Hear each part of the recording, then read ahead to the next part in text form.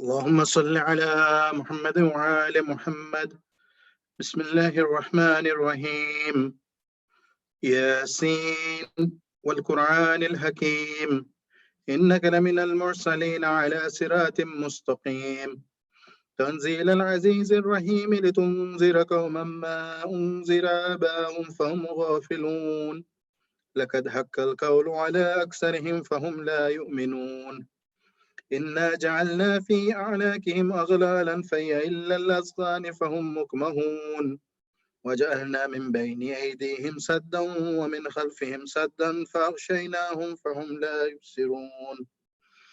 وسواء عليهم أنذرتهم أم لم تنذرهم لا يؤمنون. إنما تنذر من اتبع ذكر وخشي الرحمن بالغيب فبشره بمغفرة وأجر كريم. إنا نحن نحيي الموتى ونكتب ما قدموا وآثارهم وكل شيء أحصيناه في إمام مبين. واضرب لهم مثلا أصحاب القرية إذ جاءها المرسلون إذ أرسلنا إليهم اثنين فكذبوهما فعززنا بثالث فقالوا إنا إليكم مرسلون. قالوا ما أنتم إلا بشر مثلنا وما أنزل الرحمن من شيء أنتم إلا تكذبون. قالوا ربنا يعلم إنا إليكم لمرسلون وما علينا إلا البلاغ المبين. قالوا إنا تطيرنا بكم لئن لم تنتهوا لنرجمنكم وليمسنكم منا عذاب عليم. قالوا طائركم معكم أئن ذكرتم بل أنتم قوم مسرفون. وجاء من أقصى المدينة رجل يسعى قال يا قوم اتبعوا المرسلين اتبعوا من لا يسألكم أجرا وهم مهتدون. وما لي على أعبد الذي فطرني وإليه ترجعون. أتخذ من دونه آلهة إن يردني الرحمن بضر لا تغني عني شفاعتهم شيئا ولا ينقذون. إني زل في زلال مبين. إني آمنت بربكم فاسمعون. قيل ادخل الجنة قال يا ليت قومي يعلمون بما غفر لي ربي وجعلني من المكرمين. وما أنزلنا على قومه من بعده من جند من السماء وما كنا منزلين إن كانت إلا صيحة واحدة فإذا هم خامدون. يا حسرة على العباد ما يأتيهم من رسول إلا كانوا به يستهزئون. ألم يروا كم أهلكنا قبلهم من القرون أنهم إليهم لا يرجعون. وإن كل لما جميع لدينا مهزرون. وآية لهم الأرض الميتة أحييناها وأخرجنا منها حبا فمنه يأكلون. وجعلنا فيها جنات من نخيل وعناب وفجرنا فيها من العيون ليأكلوا من ثمره وما عملت أيديهم أفلا يشكرون. سبحان الذي خلق الأزواج كلها مما تنبت الأرض ومن أنفسهم ومما لا يعلمون. وآية لهم الليل نسلخ منه النهار فإذا هم مظلمون. والشمس تجري لمستقر لها ذلك تقدير العزيز العليم. والقمر قدرناه منازل حتى عاد كالعرجون القديم. لا الشمس ينبغي لها أن تدرك القمر ولا الليل سابق النهار وكل في فلك يسبحون. وآية لهم أنا حملنا ذرية في الفلك المشحون وخلقنا لهم من مثله ما يركبون.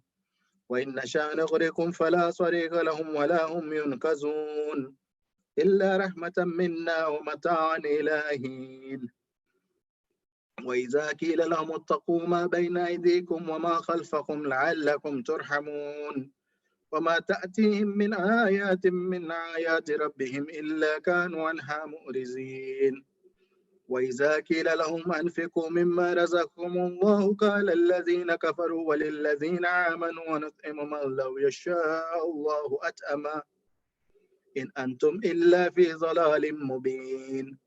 ويقولون متى هذا الوعد إن كنتم صادقين ما ينظرون إلا صيحة واحدة تأخذهم وهم يخصمون فلا يستطيعون توصية ولا إلى أهلهم يرجعون ونفخ في الصور فإذا هم من الأجداث إلى ربهم ينسلون قالوا يا ويلنا من بعثنا من مرقدنا هذا ما وعد الرحمن وصدق المرسلون إن كانت إلا صيحة واحدة فإذا هم جميع لدينا مهزرون فاليوم لا تظلم نفس شيئا ولا تجزون إلا ما كنتم تعملون إن أصحاب الجنة اليوم في شغل فاكهون هم وأزواجهم في ظلال على الأرائك متكئون لهم فيها فاكهة ولهم ما يدعون سلام قول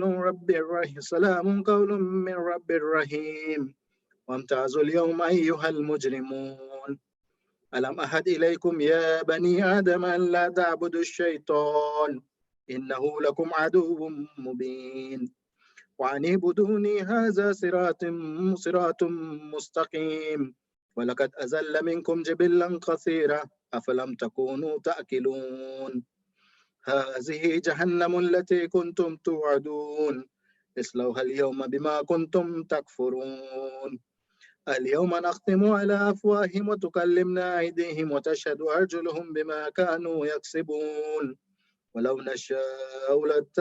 نشاء لتمسنا على أعينهم فاستبقوا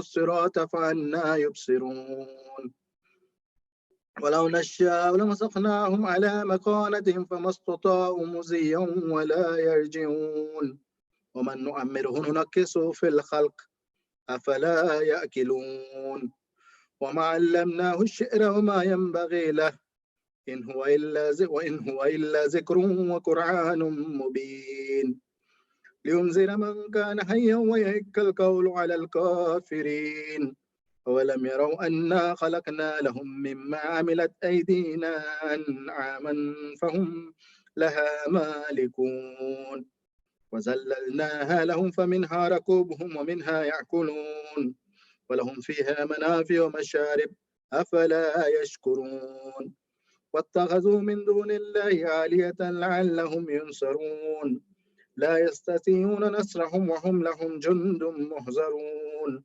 فلا يحزنك قولهم إنا نعلم ما يسرون وما يعلنون أولم ير الإنسان أنا خلقناهم من نطفة فإذا هو خصيم مبين وضرب لنا مثلا ونسي خلقه قال من يحيي العظام وهي رميم قل يحيي الذي أنشاها أول مرة وهو بكل خلق عليم الذي جعل لكم من الشجر الأخضر نارا فإذا أنتم منه توقدون أوليس الذي خلق السماوات والأرض بقادر على أن يخلق مثلهم بلى وهو الخلاق العليم إنما أمره إذا أراد شيئا أن يقول له كن فيكون فسبحان الذي بيده ملكوت كل شيء وإليه ترجعون اللهم صل على محمد وآل محمد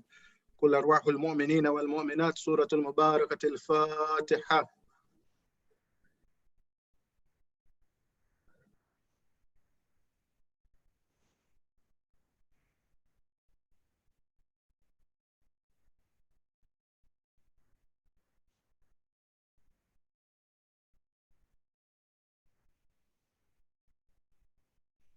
اللهم صل على محمد وآل محمد بسم الله الرحمن الرحيم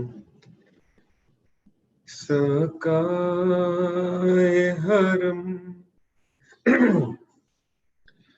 سکائے حرم رکھ لے نہ برم ہم دے پہ تمہارے آئے ہیں سکائے حرم رکھ لے نہ برم ہم در پہ تمہارے آئے ہیں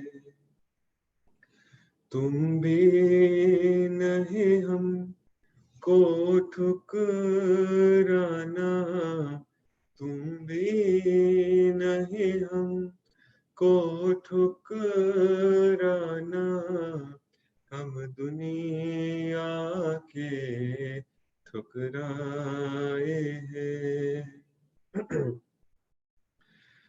اب سارے سہارے ٹوٹ چکے،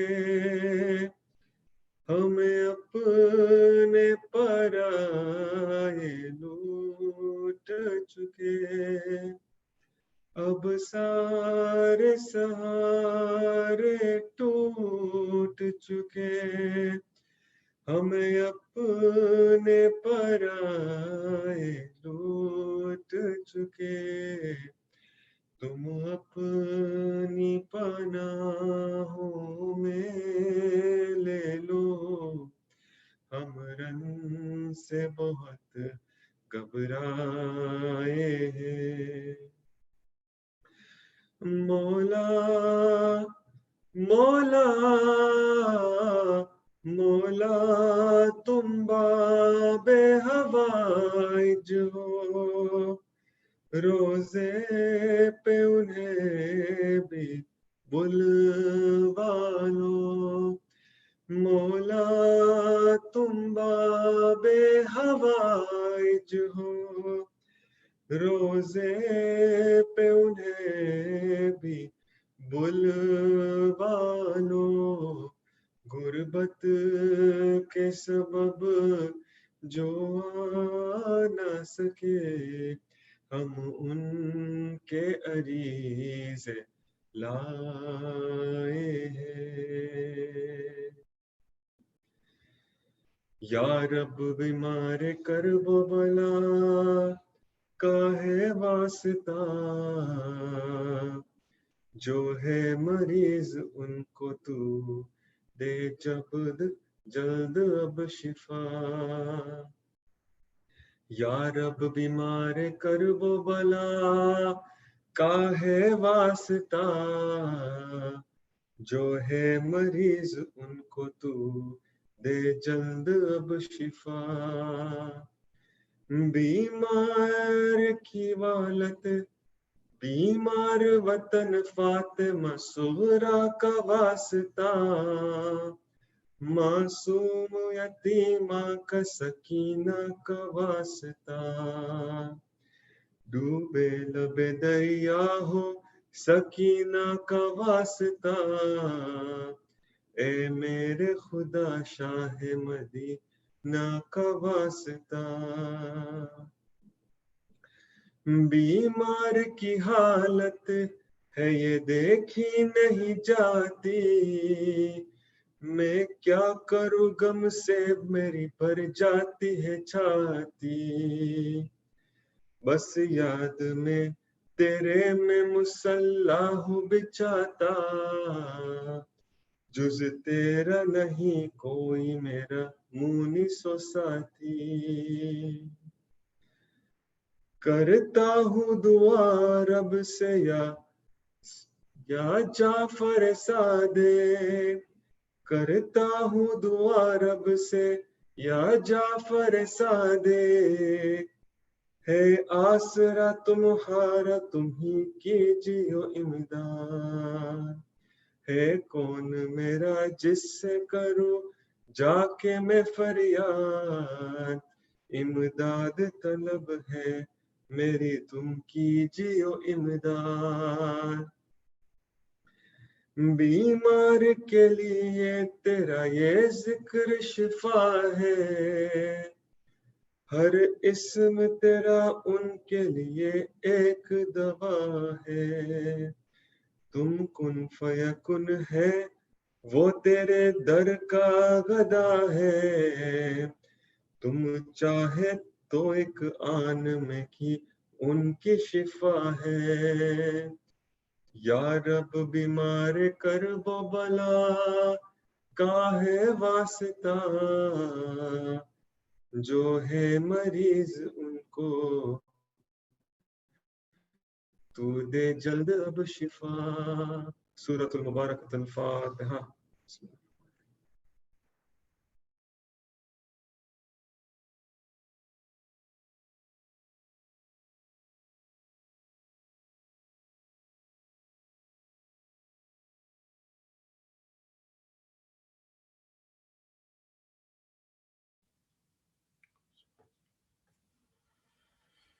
أعوذ بالله من الشيطان اللعين الرجيم بسم الله الرحمن الرحيم فوضوا أمري إلى الله إن الله بصير بالعباد ولا حول ولا قوة إلا بالله العلي العظيم حسبنا الله ونعم الوكيل ونعم المولى ونعم النصير والصلاة والسلام والتحية والإكرام على الرسول المسدد المصطفى الأمجد المحمود الأحمد الذي سمي في السماء بأحمد وفي الأرض بأبي القاسم محمد وعلى أهل بيته الطيبين الطاهرين المعصومين المظلومين المنتجبين الذين أذهب الله عنهم الرجس وطهرهم تطهيرا وقل رب اشرح لي صدري ويسر لي أمري وأحلل عقدة من لساني يفقه قولي أما بعد قال الله تبارك وتعالى في كتاب الكريم بسم الله الرحمن الرحيم قل لا أسألكم عليه أجرا إلا المودة في القربى صدق الله العلي العظيم. My respected elders, brothers and sisters in Iman across the globe, Salamun alaikum jami'an wa rahmatullahi wa barakatuh. Question: are religion and science at odds? Keep that question in the back of your mind. Inshallah, we'll return to it. Imagine a moment of time where you have just begun to go to school for the first time ever. You're entering into the school system. You're excited about this moment of going to class for the first day, or in some cases, you are not so excited. Nonetheless, you go to school for the first time as a young child, 4 to 5 years of age, whether that be in America or whether that be back home, for example, in Tanzania or India or Uganda or Kenya or wherever that may have been across the globe. And as you progress and go to class, you notice that you have one teacher, and that one teacher is teaching you every single course of the day. And it starts off simplistic. And as you progress from class to class, year after year, you begin to have a certain teacher who teaches you each and every subject, whether it's math and geography or chemistry, and then the division begins to happen. Initially, the division of the subjects begins to happen slowly. For example, science, all of science under one category. Or for example, language, all in one category. And at one point, you may have one teacher. But as time progresses, and as you get into the higher classes, when you go to middle school, when you go to high school, when you go to university, and as you progress, you would be shocked or astonished to have a situation where you have one teacher who at the graduate level, at the doctoral level, at the highest levels of academia, is teaching you engineering, is teaching you medicine, is teaching you mathematics, is teaching you law, is teaching you theology, all under the leadership and guidance and knowledge of one individual. You would be astonished. Imagine going to the Harvards of the world. Imagine going to the Stanfords of the world. Imagine going to the Oxfords and Cambridge of the world and having one teacher teaching every science. Yet this was the case in the environment, in the Hawza, in the institution of Medina, during the time and the era of Imam Jaffer Sadiq, salawatullah wa salamu alayh, that this individual had 4,000 students, and he's teaching these individuals in subjects such as mathematics and sciences, and also the religious knowledge of the fiqh and the jurisprudence and the law and the spirituality and the theology. And at the same time, he's also talking about chemistry to Jabir ibn Hayyan, and he's talking about mathematics to others and individuals of this nature. My dear friends, my dear brothers and sisters, we are here to commemorate and remember such a beacon, such an individual, such an institution, such a juggernaut, such a mountain of knowledge and wisdom that perhaps the world has seen few as such. That is that mountain of wisdom and knowledge known as Imam Jaffer as-Sadiq, salawatullah wa salamu alayh. And this is that personality who should not only be known by us and not only be known by the Muslims, rather this individual must be known by the entire globe. Because the foundation and the groundwork of knowledge which he lay for the world is perhaps second to none after Rasulullah himself.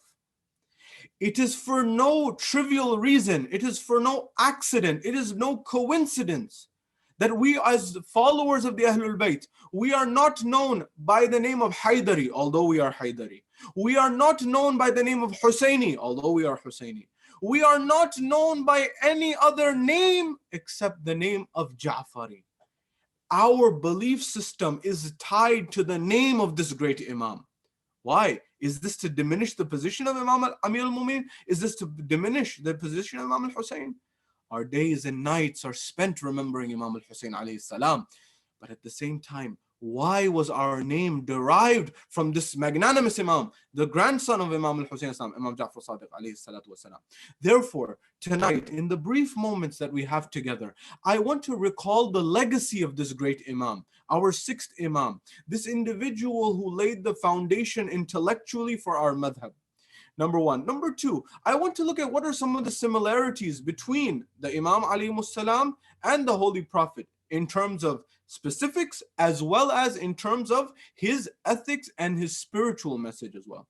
I want to look at what is the key to success in our world as was taught by Imam Sadiq alayhi salam, and how this can help us in a very difficult and challenging environment, an environment where we are facing tremendous challenges today in terms of medical challenges, in terms of social, societal challenges, in terms of marital challenges. All of these challenges, the solutions you can find in the teachings of the Imam and the Ahlul Bayt in particular. And then I want to look at how did the Imam alayhi salam use his wisdom and knowledge in order to guide those individuals who perhaps no one could have guided. And finally, I want to look at the legacy of the Imam and what action items, what practical steps you and I can do in order to revive the mission and the message of the Imam and learn from his life before that tragic moment where his life was taken, and how those final moments which we will commemorate tonight. This is our agenda and schedule for the night, inshallah. Wherever you may be, in Allentown, in Pennsylvania, across the United States and across the globe, wherever you may be, from the bottom of your heart, recite a salawat on Muhammad wa ali Muhammad, inshallah. Allahumma salli ala Muhammadin wa ali Muhammad. Looking at this issue and looking at this matter, I will speak to you from the heart. And I say this because we live in a world of tremendous challenges. We live in a world where we are facing challenges on the medical front with COVID-19, this virus, which has affected so many people. It's impacted so many people. You would be hard pressed to find a single person in the Allentown community, in the Pennsylvania community, in the US community, in the global community, in London. Every day I'm getting calls. I'm getting messages of someone's cousin, of someone's uncle, of someone's brother, of someone's sister, of someone's mother. And in what we're hearing in India, Pakistan, and Iraq, and in other places, the rates are beginning to rise. Everyone is impacted. No one is immune to this, unfortunately. And we're still trying to find solutions. What do we do to solve this problem? How do we get mental tranquility here? These are things we need to look at. Furthermore, the impact of this on marital relationships.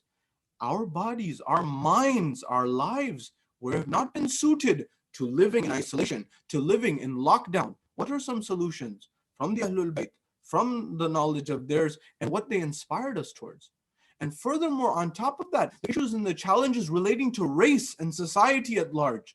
These are prevalent matters and timely issues that we are all facing. What are our answers to this? In some word, the answer to all of these, if I can encapsulate it in one, is knowledge. And allow me to explain this throughout the next few moments. In the legacy of Imam al-Sadiq alayhi salam, you will find one banner and one word that resonates perhaps more than anything else, and that is knowledge. The knowledge of the Imam he was able to disseminate and share with the world, with the community, put him in another league compared to everyone else.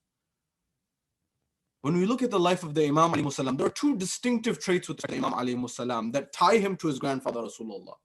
The first is that Imam Sadiq alayhi salam, in terms of birth, is born on the same day of Rasul al-Azam, the Holy Prophet. Number one. And number two, his title, As-Sadiq, the truthful, is the same title as Rasulullah in the beginning of his message, As-Sadiq and Amin, the truthful and the trustworthy. These are not for a coincidence, according to the scholars. Said Ali al-Hakim, the scholar argues, and he says that these two connections, these two nisbah of Rasulullah to Imam As-Sadiq are not a coincidence. They have a spiritual meaning. That means that the vision, the mission of Imam al-Sadiq and Rasulullah is aligned, to the point that the first word of revelation in Islam, what was it? The first word of revelation was not power, was not aggression, it was not terrorism, it was not being barbaric, it was nothing of this sort. The first word of all the words that could have been the first word in religion, I tell those people who are bigots and discriminate against Islam, the first word of Islam was read. The first word of revelation was Iqra. And that Iqra, that word read, is symbolic, a movement from darkness towards light. And that is manifested in Rasulullah's mission when a prisoner of war, this history must be understood, when a POW was taken, as is common in any war today. When you look at Vietnam, when you look at, for example, the World War II, World War I, and go throughout history, that when there are two nations, two tribes, two civilizations that are at odds, and one overcomes the other ones and overpowers the other one, they take prisoners of war. But in our world, I ask the question, when you take a POW, a prisoner of war, what do? Many times that person is tortured. Many times that person is interrogated. Many times that person is harmed. What did Rasulullah do when prisoners of wars were taken? He said, you have options. So what are the options? He said, number one, you can become a Muslim. We invite you. There's no coercion here. We invite you and we give you the invitation to Islam. This is the message of Islam. If you want to accept, accept. If not, that is up to you as well. What is your next option? If you have the income and the means, you are able to spend out of it and buy your freedom. Number two. Number three, and most importantly, what I wanted to bring your attention to. Number three, in terms of this, Rasulullah said, if you are able to teach 10 Muslims how to do what? If you are able to teach them to fight, if you are able to teach them how to, for example, beat someone, to harm someone, to destroy someone, none of these things. Rasulullah said no to all of them. He said, if you are just use your knowledge, O non-Muslim, O person who's not a Muslim, if you use your knowledge to teach 10 Muslims how to read and write, you are free. You are free to go. This is the manhaj of Islam. This is the mission of Islam. I say this because the solution of many of our problems lies in knowledge. It lies in understanding the true spiritual mission. Imam Sadiq alayhi salam would teach 4,000 students and give dars and education to them in his institution of Medina. He would meet students and, for example, teach them on the Islamic sciences of jurisprudence. He would teach them, for example, about fiqh. He would teach them about spirituality. He would teach them about the Quran. Imam Malik, who's not a Shia, who's not a follower of Ahlul Bayt alayhimus salam, he in fact created his own school of fiqh within Ahlul Sunnah wal Jama'ah. Imam Malik said, I did not ever see Jaffer al-Sadiq except in a state where he was either in prayer, either in fasting, or either in a state of Quran, recitation of the Quran. That he was in the embodiment of worship of God, the embodiment of fasting and spirituality, and the embodiment of knowledge of the Quran. But this Imam didn't stop with the knowledge of the Quran. He went further. Why? He talked about the sciences, the secular sciences, the mathematics, the physics, the astronomy, all of these subjects, and he taught numerous students. I say this why? We're living in a world, in our society, where we're facing COVID, where we're facing challenges with marriage because of lockdown or assimilating to life under quarantine, and of race. I'm here to argue and I'm here to tell you that the solution to all of these things lies in knowledge. And with respect to the teachings of the Ahlul Bayt alayhimus salam, you and I have been told categorically and clearly in numerous traditions that knowledge is the lost property of a believer. They should seek it from wherever they get it. I say this because we should encourage our next generation.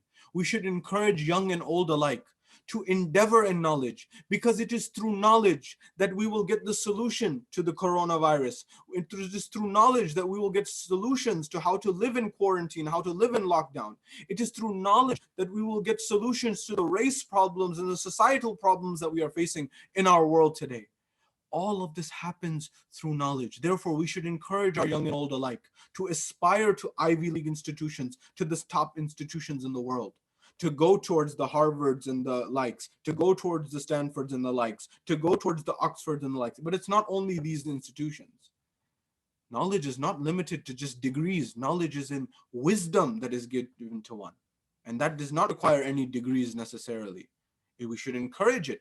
But imagine for a moment that I come forward and say that, for example, intellectually, you tell me that, for example, an individual, does learning stop at the age of 22 or at the age of 24 or at the age of 26 or whatever age you have? Imagine for a moment that I tell you that I have exercised in my youth. And you say, and you're a doctor, and you say that to me, that your health requires that you do diet and exercise. Your health requires that you take care of yourself. No, doctor, I did that when I was young. I don't need to do that anymore. Will you accept? He says, you did it then, but you still need to do it now because the world's changing. Your life is changing. Your body is changing. It's not what it used to be. The same is true with knowledge and wisdom. We need to continuously be learning. Why? When you look at our COVID world, the solution lies in knowledge. How? If you look at our world, we, the inheritors of Bab Madinatul Ilm, that is the gateway of the city of knowledge of Imam Amir al-Mu'mineen and Rasulullah, we should be at the forefront of knowledge. When you look at the world's Nobel laureates, the Nobel Prize winners, there is a particular group that amounts, the Jewish community amounts for 23% of all Nobel laureates, although they are a fraction of the global population, less than 1%. Yet 23% disproportionate representation. When the Muslim community, it's not at that level. Now you may give me other reasons, perhaps I accept, but in knowledge we should be the trailblazers. If not now, in the future. Do you know how this Nobel Prize was established, by the way? You know, this lies in knowledge. Do not live your life in a sleep. The Ahlul Bayt alayhimus salam have told us that an-nasu niyamun, the people are asleep. When they die, they wake up. What is this wake up? What is this consciousness that happens? That when someone, another tradition from the Holy Prophet, mutu qabla an tamutu, die before you die. The Imam is saying, an-nasu niyamun, the people are asleep. When they die, they wake up. Rasulullah is saying, die before you die. What is he saying? What is this death that happens before physical death? And why is it important? The knowledge gets you to the answer. How? Alfred Nobel was a person who was a chemist. He was someone who had created what we now call TNT, which is dynamite. He was someone who had created explosives.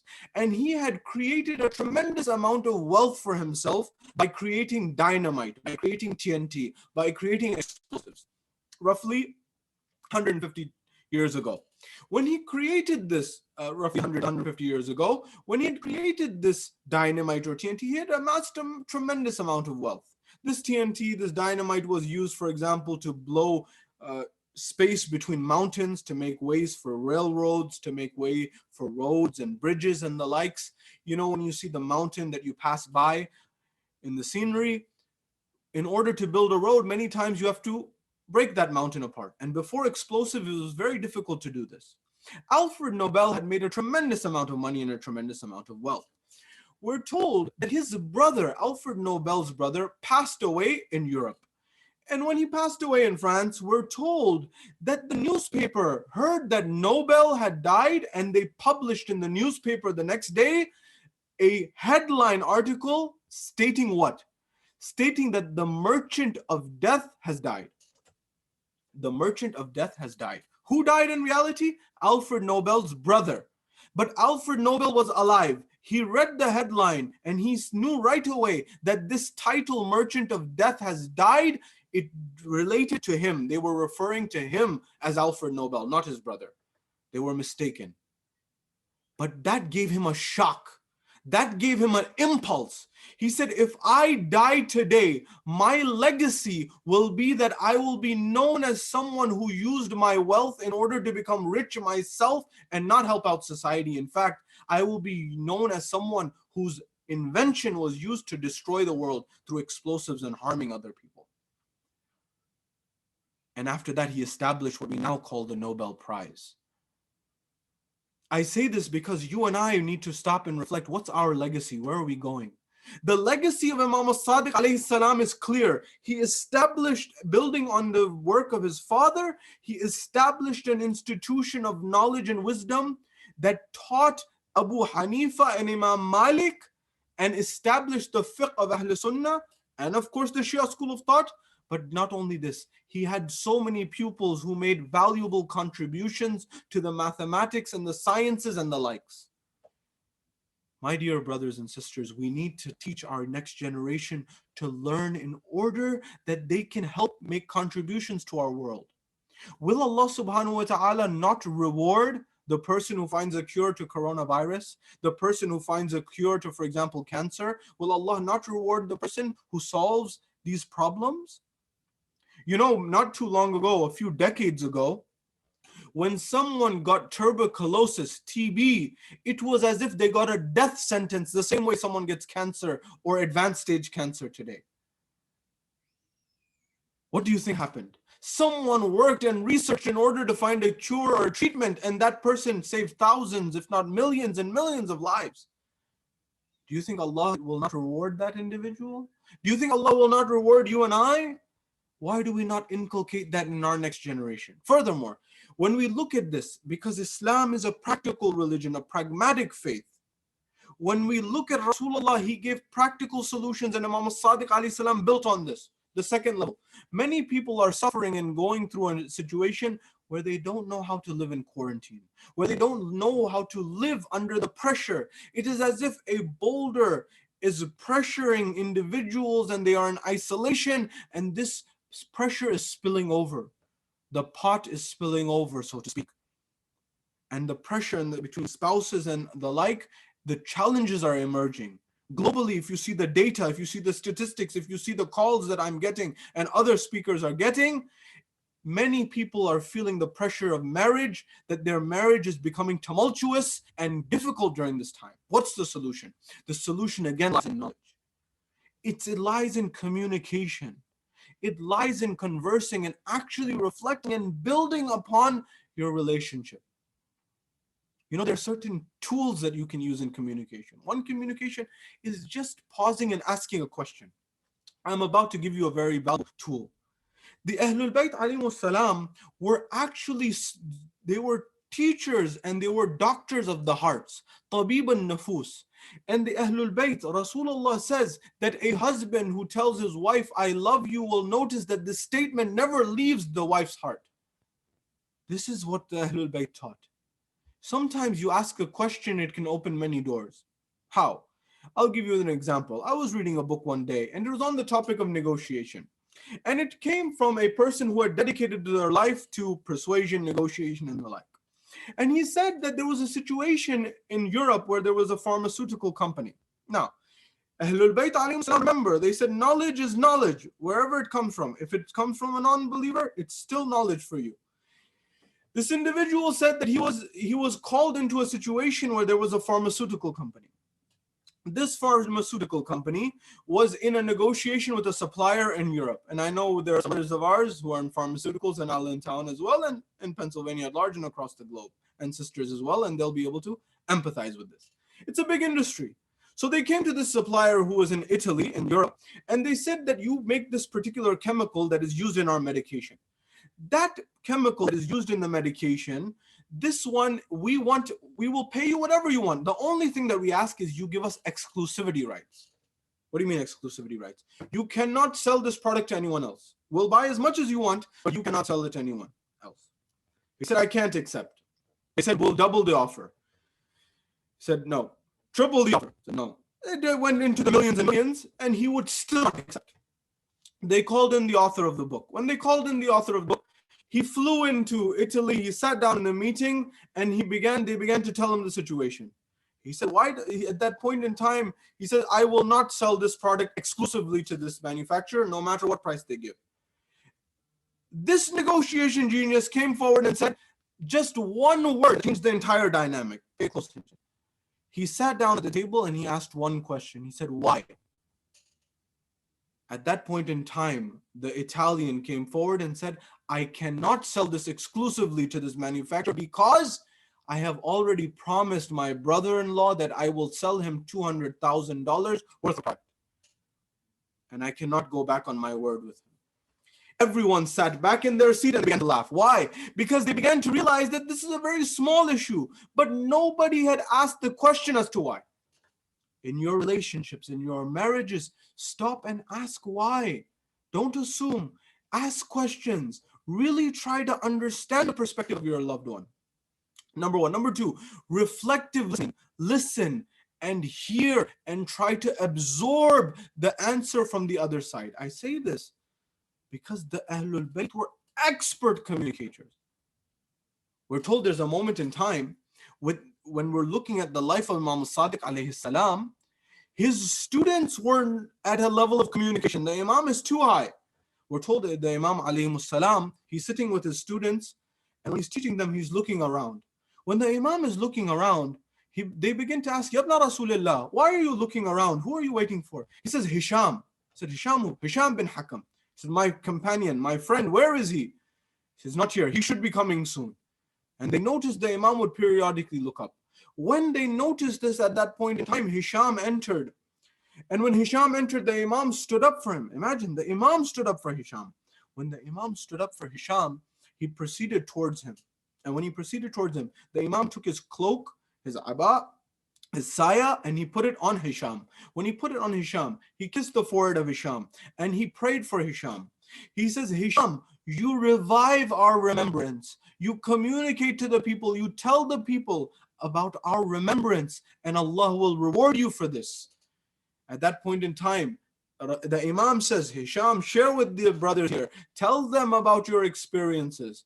At that point in time, when this happened, Hisham began to tell the people about his debates, about his discussions with the people with respect to the Ahlul Bayt alayhimus salam. How? Hisham said, I was sitting in a gathering and X, Y, and Z person got onto the minbar and he began to call out, Saluni, Saluni qabla an tafqiduni. Ask me before you lose me. Now imagine the statement of Ali ibn Abi Talib, Amir al-Mu'mineen. This individual has the audacity to sit on the minbar and say, ask me before you lose me. Hisham's blood internally began to boil. He began to look at the man and he began to say at that point in time, he says, do you see? He said, what kind of question is this? He says, you said, ask me a question. Hisham says to him, he says, what kind of question? Do you have eyes? He said, are you insulting me? He said, no, I'm asking you a question. I'm a young man. Hisham was about 18, 19 years at this time. He was very young. He says, very well. He said, yes. He says, so you can see? He said, yes. And Hisham says, do you have ears? He says, what kind of question is this? He says, yes or no, do you? He said, yes. So you hear? He said, yes. He then goes through each of the senses. He says, you have a tongue? He said, yes. Do you taste? He said, yes. Do you have a nose? Do you smell? He said, yes. He began to go through all of the five senses. Do you have hands? He said, yes. Do you touch? He said, yes. He says, once you realize the senses, do you compare it back to something to know whether what you understood is true or not? He said, yes. So what is that? He says, that's my mind. So what does the mind do? The mind checks whether what my nose or my mouth or my ears or my eyes or my hands, what they touched or what they smelled or what they tasted, it checks with it and says whether it's right or wrong. He said, is it possible that your mind could be wrong and is not able to test? It's possible. Then how do you check? What's the basis? He says, what is it? He says, that's why you need an Imam that is appointed by Allah subhanahu wa ta'ala, because your mind can deceive you and take you in the wrong direction. So you need an Imam who is able to tell you what your mind analyzed and what truth is objectively analyzable and understandable. At that point in time, his eyes opened and he realized he had not made that connection. The Imam applauded or the Imam appreciated Hisham's work in terms of reviving the Imam's mission and message. I say this why? We live in a world and a time where our society is going through a phase, a situation where there is a movement against racism, and there's a realization that there are certain individuals that are being marginalized in society, particularly people of color, particularly the Black community. What is our position? Knowledge, again, is the solution here. According to researchers at the Amir Stein Center, they argue that the first documented anti-racist on the planet was the Holy Prophet of Islam, Rasulullah Muhammad Mustafa. How? They said before the Holy Prophet, there were people who, for example, may not have been racist, but they were not anti-racist. You see, racist is an individual who comes forward and discriminates against someone on the basis of the color of their skin. Many people, they may not have said in the past, for example, a white person is better than a black, for example, but they also did not challenge those individuals who are racist.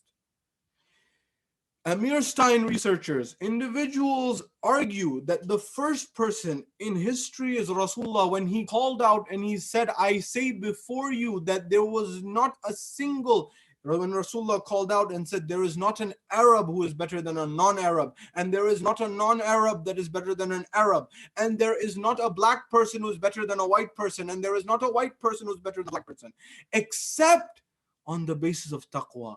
This was the first documented declaration in history of an individual who took a stand against racism at the highest level.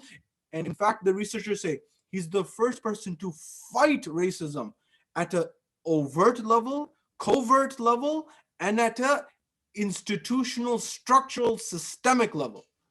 That is, Rasulullah fought covert racism, open racism, closed racism, open racism, and systematic racism. This was not easy because the Arabs had divided the entire world into two. One was Arab, the other was Ajam. Arab were those places where the Arabic language was spoken. The other were Ajam. Do you know what the root word of Ajam is? The literal root word of the term Ajam is mute, someone who cannot speak. That is the meaning of Ajam. And Rasulullah, in a matter of 23 years, changed the entire dynamic, where one person who was a ruler, who was an Amir, a chieftain, is sitting next to the likes of someone like Bilal, for example. This was unprecedented and unheard of. And this is what hurt. Rasulullah argued that arrogance stems, that racism stems from the arrogance of the heart. And he was fighting that arrogance of the heart. Unfortunately, till this day, we are facing this. And some people who are also people of color think they are immune. What is the solution? For my younger brothers and sisters and my community at large, the answer lies in knowledge. How? How does real change happen? Real change is of developing knowledge and implementing that knowledge in order to change the society. Please bear close attention to what I'm telling you here. If you really want to make change, you have to understand the system. One way to make real true change is perhaps one may say voting, for example. Whoever you vote for, understanding the system of voting. Another level of change is media. Understanding how the media system works, understanding how knowledge or information is disseminated in society. Another level is finance and economics, understanding how the financial system works, understanding how the economic system works, and actually making inroads there to make change. For example, how? An example, I remember I was reading a book entitled Business Adventures. This is a book that is one of the favorite books of Bill Gates. It was gifted to him by Warren Buffett. For my brothers and sisters who are interested in finance, very quickly I'm sharing with you that they said that one of the ways that change can perhaps be theoretically sparked, at least, it may not have been done in practice because of certain challenges, but in theory, is if people did not buy luxury goods, instead of buying the luxury car, instead of buying the luxury house, or for example, clothing and bags and whatever someone buys of luxury, instead of that, using that extra money to buy stocks. Now, this is counterintuitive, but knowledge is what the Ahlul Bayt told us. Buy stocks, halal stocks, inshallah. When you buy a share, you own ownership in a company. The United States, if you look at the founders of the United States of America, the founders had one commonality. They came from totally different backgrounds. But if you read the history of the United States, the country in which you and I live, and homeland for many of us, you will find one commonality amongst the founding fathers of the United States of America. They were all entrepreneurs, businessmen. Just like many of you and many of your ancestors who came from Tanzania, for example, or Uganda or Kenya, for example. They were businessmen. And so the laws of the United States from that time until this time reflect that. By the way, as I move along, Ahlul Bayt alayhimus salam, Imam Sadiq alayhi salam, highly encouraged one to endeavor in business. Why? He even told one of his companions, do not let go of business, because someone who lets go of business, even though they have funds, it dulls the faculty of intellect. It dulls the faculty of knowledge. Therefore, endeavor in order to keep your mind sharp. What happened? How did it happen? There was a young man. There was a young man who became an elderly man after working many years in business, and the Imam had gotten news that he stopped endeavoring in business. He had shut down his business. At that point in time, the Imam called on him, Imam Sadiq. He says, why have you stopped your business? He says, I stopped my business because, Yabna Rasulullah, I have enough money, I've collected savings, and I feel like the amount of money that I have, it is enough to last me till the end of my life. And I also do not owe any debt to anyone. I don't owe anyone any money. Therefore, I don't need to work. The Imam said that you should work in order to support your descendants, your children, and never be dependent on them. Keep on working up until the point, because if you give up on working and endeavoring in business, it will dull the faculty of intellect and reason. Going back to what I was saying, the Imam has encouraged this. But if you own ownership, theoretically, you can hold the boards and the companies and the corporations accountable. Now, in practice, there are challenges. I'm aware of that. What I'm saying is, today it is the African American community. Tomorrow it can be your and ours community. The Muslim community has already faced discrimination and is continuing to globally. We must stand for justice the way the Ahlul Bayt alayhimus salam taught us to raise our voice for justice within the parameters of society. Furthermore, getting specifically into the legacy of the Imam alayhimus salam and knowledge and how he taught us to interact with knowledge. We're told there's a moment in time, this goes to this same Hisham that I mentioned a few moments ago. Hisham bin Hakam. He says, Hisham, I have a question for you. He says, what is the question? At that point in time, he says, Hisham, is it possible for your God, to fit the entire world into an egg without the egg getting bigger and without the world getting smaller? Imagine, this is a complicated question. How do you answer it in the way that people understand? You know, today we're feeling the air of atheism that's been taking hold over the last several years. You know, many of our youth go to top tier institutions. Do you know the atheism that is rampant sometimes in these environments? Have we given our youth the tools to be able to understand these situations and answer them?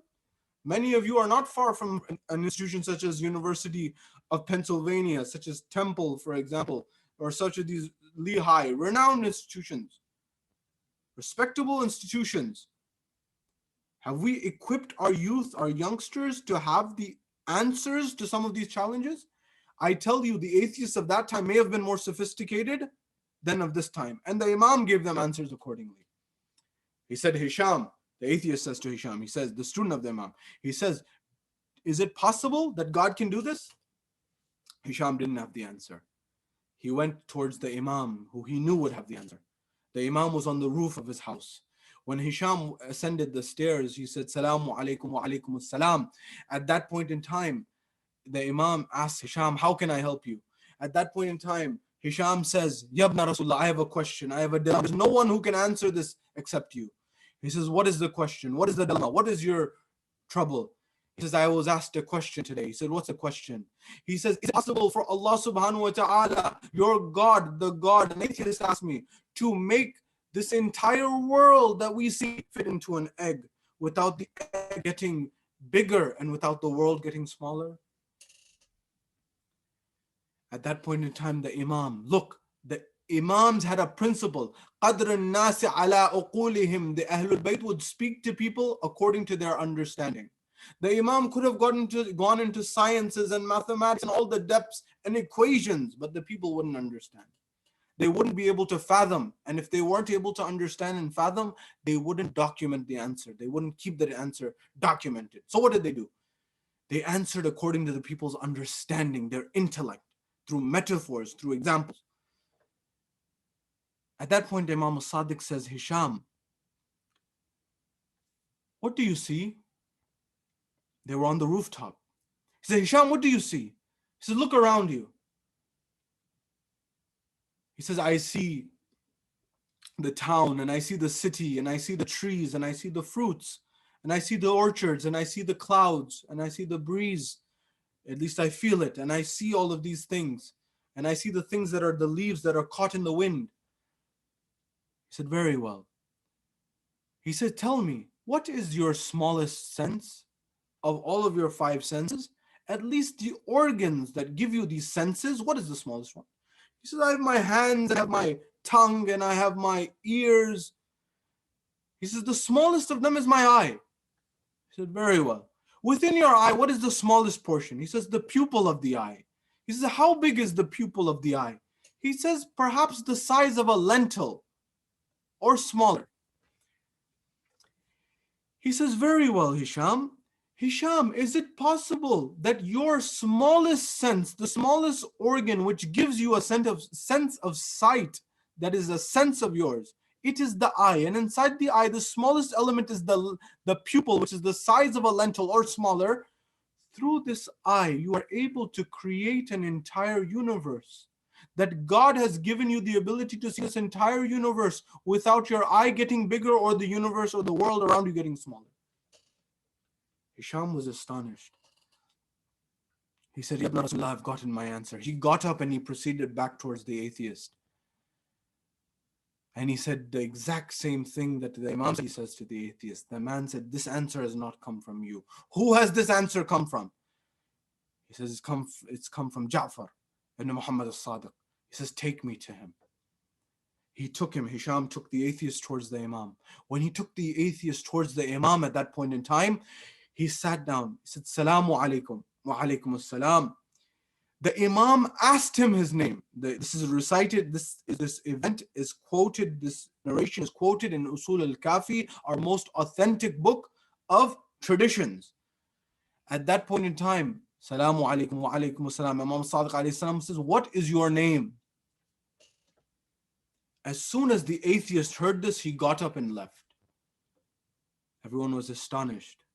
They went to the atheist, they said, you left the presence of Jaffer ibn Muhammad al-Sadiq. What happened? He asked you your name and you got up and left and you didn't answer. He says, my name is Abdullah. Abdullah, of course, in Arabic means servant of God. He says, what's the problem? He said that I was afraid that this individual who gave such an eloquent answer about the eye and the world, if I asked him and my name, he asked me my name, and if I told him my name, and my name was not Ali or Muhammad or Jafar or Sadiq or anything, but my name is Abdullah, servant of God, I was afraid he would ask me the question, who are you a servant of? And he knows I'm an atheist, and I wouldn't have an answer for him because I don't believe in this God. So I left. Hisham said, very well. He said, go back to him. Tomorrow, go back. I'll be with you. Just ask him for an answer, but tell him, please do not ask me my name. He will oblige. He will accept. The next day, the atheist went back to the Imam. When he went back to the Imam at that point in time, when he got to the Imam, he says, I want to get an answer from you, but I request one thing. So what is it? I request that you do not ask me my name. The Imam said, very well, I won't ask you. What's your question?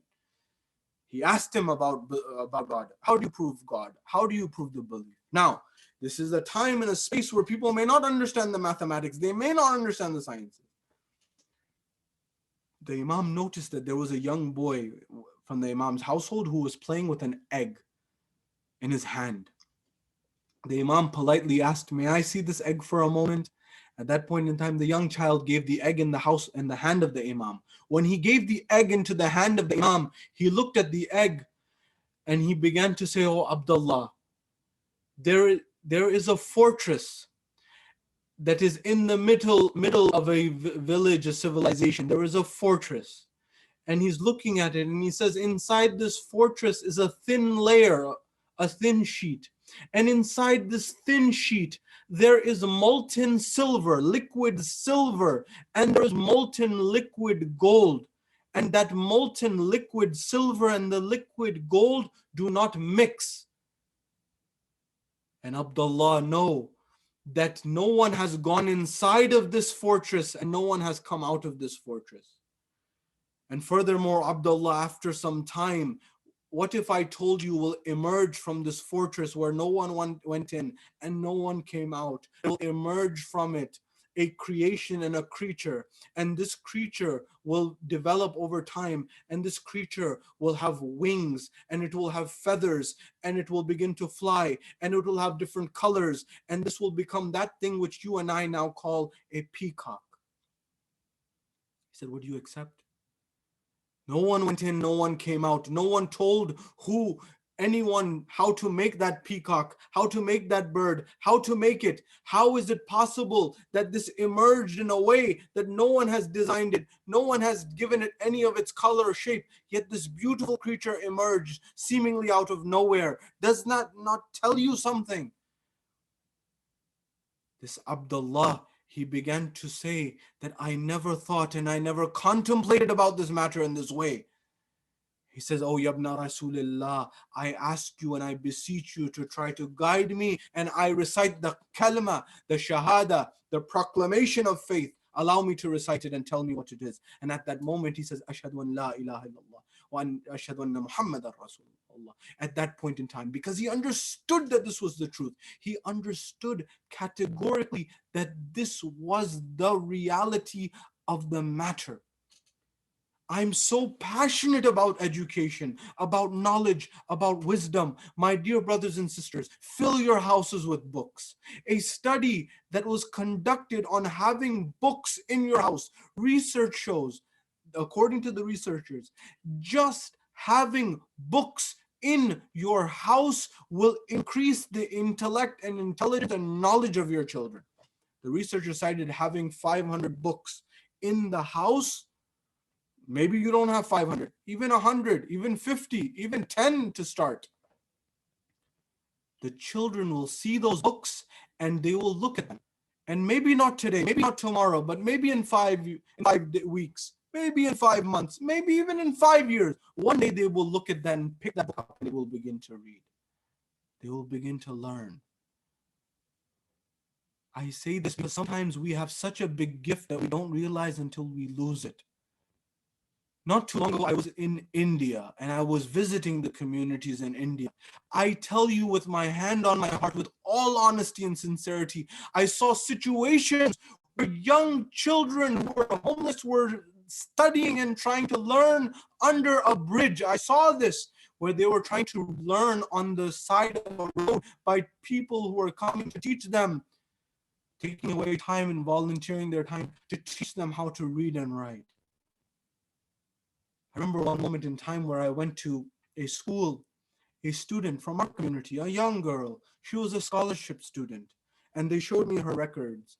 And they said, can you have a conversation and speak with some of our scholarship students? I said, I obliged, and I was willing to do this, and I was encouraged to do this because it's my passion. And I said, and the person, I began to speak, and I said, sister, you picked this major, law and business and commerce. How did you pick it? The picture that I had in my mind was one that was totally different. This sister, this young, bright, intelligent girl began to respond and say, well, actually, our family couldn't afford medicine for me to study medicine, and therefore I chose it.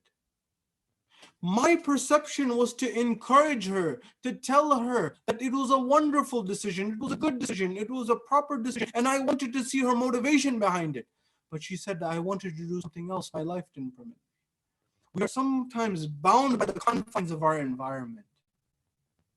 My dear brothers and sisters, especially my youngsters, you have a tremendous opportunity to learn, to get an education, maybe not in the form of the degree, through the books, through the learning, educate yourself so you can lead our community, our society, and help others across the globe. Because I tell you, I met children who would give their life in order to have the opportunity that you and I have to be living where we are. They would give everything to be there, but they don't have the opportunity. Why? Because the world we exist is such. The world in which we exist is such. What will you and I do about it? The Imam said, illuminate your heart and mind. Knowledge is the king of all of the virtues that you and I should establish in our lives. But it's not only that, it's the ethics. Remember, the Imam alayhi salam's title was a Sadiq, the truthful one. So it was knowledge and ethics. These are the two wings with which a person flies towards excellence. The Imam alayhi salam used these together.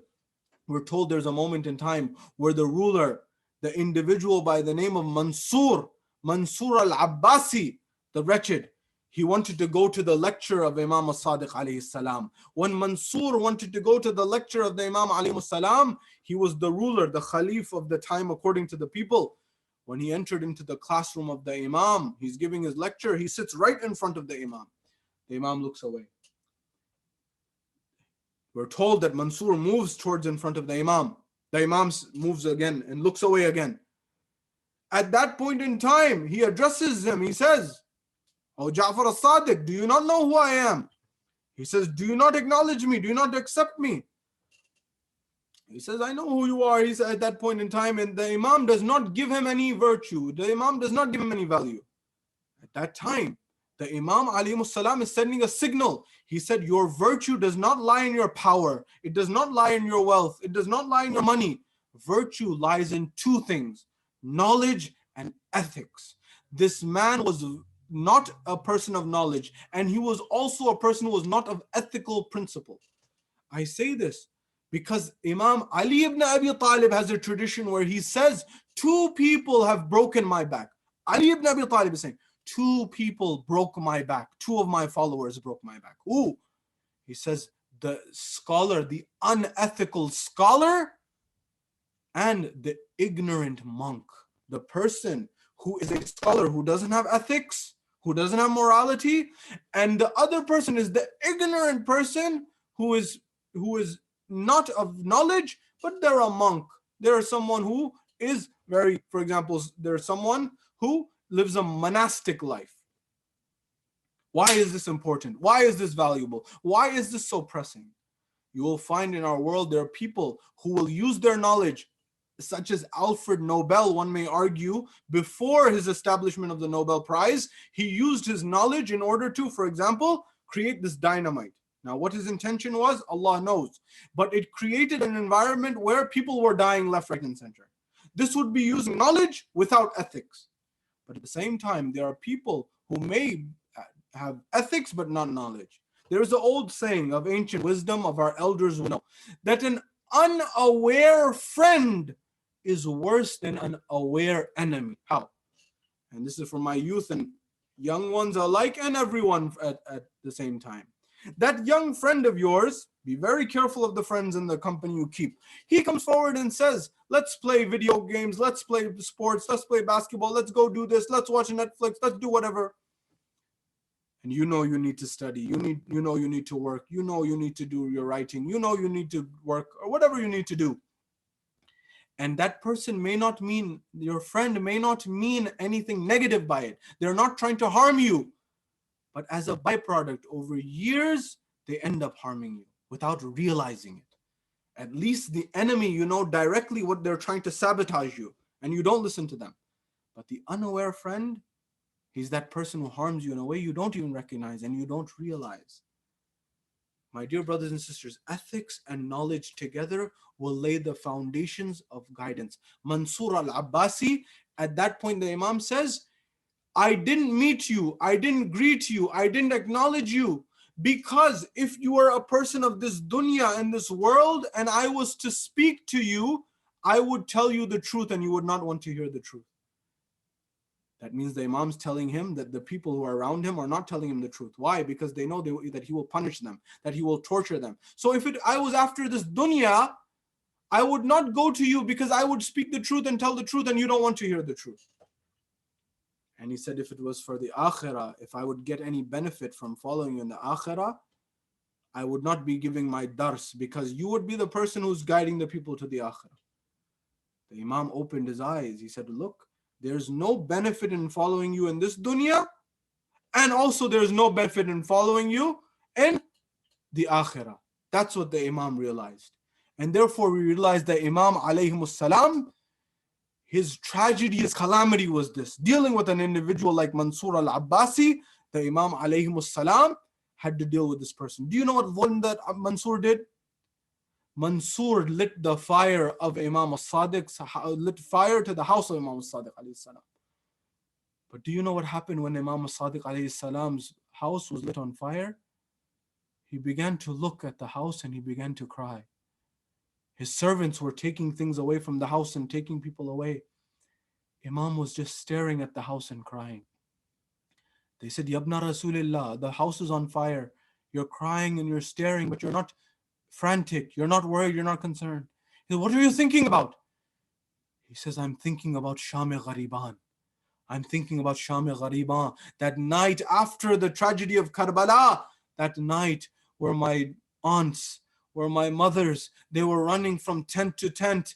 I am now seeing my daughters, my aunts, the women of my family running away from this house. But how is it that my loved ones, my women, they are leaving the house, but they are not being struck? No one is stealing anything from their ears. No one is pulling the earrings from their ears. No one is beating them. No one is striking them. Yet that fire reminds me of Sham-e Ghariban at that point in time. The next level that we are told, there's a moment where Imam Sadiq alayhi salam, when we come to commemorate him, there's a moment he invites a speaker, a poet, to recite poetry. When he invites this poet to recite poetry, at that point in time, the Imam alayhi salam says, put a curtain. And when he says put a curtain, the women of the family are on the other side of the curtain. We are told the Imam's own mother was on the other side of the curtain by the name of Farwa. When she began to recite, when she began to hear the poetry that was being recited, we are told the poet was from the same tribe of the mother of Imam al-Sadiq, the same tribe of Farwa. At that point in time, Imam al-Sadiq said, recite poetry for my grandfather al-Hussein, Aba Abdullah al-Hussein. When he said, recite poetry for Aba Abdullah al-Hussein, they began to cry. Farwa began to cry. She began to weep and she began to get very loud. When she began to weep and she began to get very loud, the poet, who was a relative and a related to Farwa, he began to hear and he began to call out and cry out. He said, oh mother of Sadiq, oh Farwa, when you cry and if you get too loud while you're crying, your son Jaffer al-Sadiq will come, and when he comes he will wipe your tears and he will hold you and take care of you and he will console you. But oh Farwa, come to Karbala. It is Sham-e Ghariban. It is the night after Ashura. There is Sukaina bint al-Hussein. She is remembering her father. She is crying over the body of her father. And when she cries, someone pulls her earrings. Someone strikes her on her face. And she calls out, Baba, Baba, Baba. وسيعلم الذين ظلموا أي منقلب ينقلبون صلى الله عليك يا رسول الله صلى الله عليك يا أمير المؤمنين صلى الله عليك يا فاطمة الزهراء سيدة النساء العالمين صلى الله عليك يا حسن المجتبى السلام على الحسين وعلى علي بن الحسين وعلى أولاد الحسين وعلى أصحاب الحسين.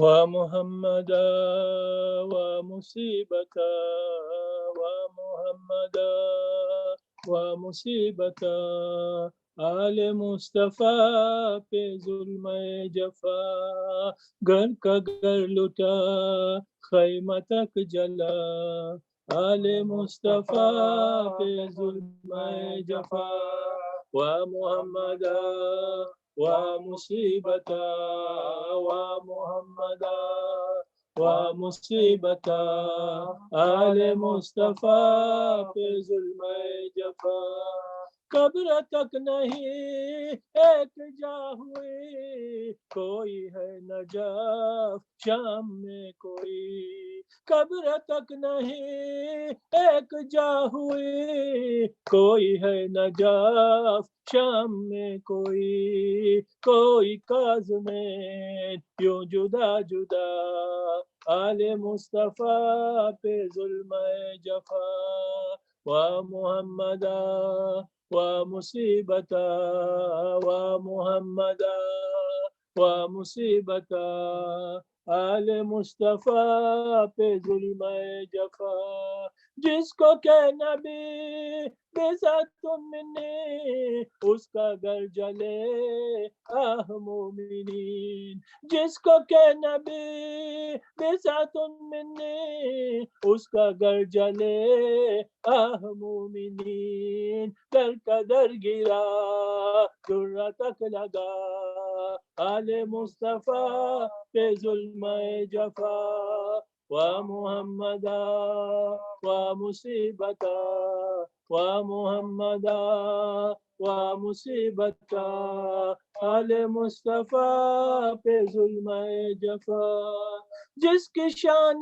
میں ہو سور حلاتا بے غذا رہے وہ مصیبتا جس کی شان میں ہو سور حلاتا بے غذا رہے وہ مصیبتا پانی تک نہ دے اس کو بے خطا آل مصطفیٰ پہ ظلم جفا و محمدا و مصیبتا و محمدا و مصیبتا آل مصطفیٰ پہ ظلم جفا ہو جو صادق آل مصطفیٰ وہ بھی جگ سے زہر سے گیا ہو جو صادق آل مصطفیٰ وہ بھی جگ سے زہر سے گیا آگے کیا کہوں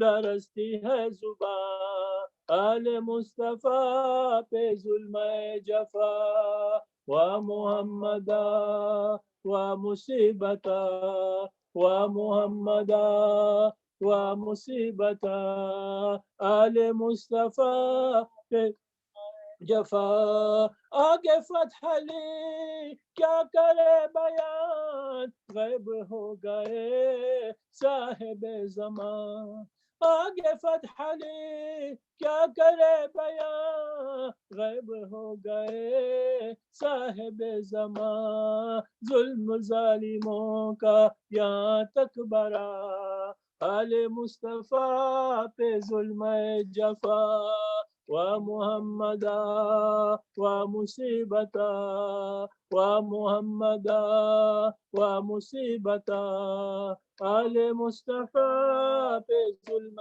جفا تم ہمیں حفظ اور امان دے اپنی چادر کا سائبہ دے تیری قدرت میں کیا نہیں بی بی تو جسے چاہے دو جہاں دے یا زہرا یا زہرا یا زہرا یا زہرا فرش مجلس پہ اور مصلی پر ہر جواں کے رہے ہے رو کر ہم رہے نہ رہے مگر بی کا قیامت رہے غم سرور یا زہرا يا زهرة يا زهرة يا زهرة فاطمة زهرة يا حسين يا حسين يا حسين. اللهم صل على محمد وآل محمد. متوجه زيارة. السلام عليكم عبد الله وعلى الأرواح التي حلت بفنائك. عليكم مني جميعا سلام الله أبدا ما بكيت وبكى الليل والنهار ولا جعل الله آخر العهد مني لزيارتكم. السلام على الحسين وعلى علي بن الحسين وعلى أولاد الحسين وعلى أصحاب الحسين جميعا ورحمة الله وبركاته. السلام عليك يا مولاي يا غريب الغرباء السلطان أبا الحسن مولانا علي بن موسى الرضا. السلام عليك يا أختك فاطمة المعصومة ورحمة الله وبركاته. السلام عليك يا مولاي يا صاحب العصر والزمان. الأمان الأمان الأمان. أحسن الله لك العزاء في جدك الغريب المظلوم إمام الصادق عليه السلام. السلام عليك يا خليفة الرحمن. السلام عليك يا شريك القرآن. السلام عليك يا كعبة الإيمان. السلام عليك يا إمام الإنس والجان. أجل الله لك ما وعدك من النصر وزهور الأمن ورحمة الله وبركاته. اللهم صل على محمد وآله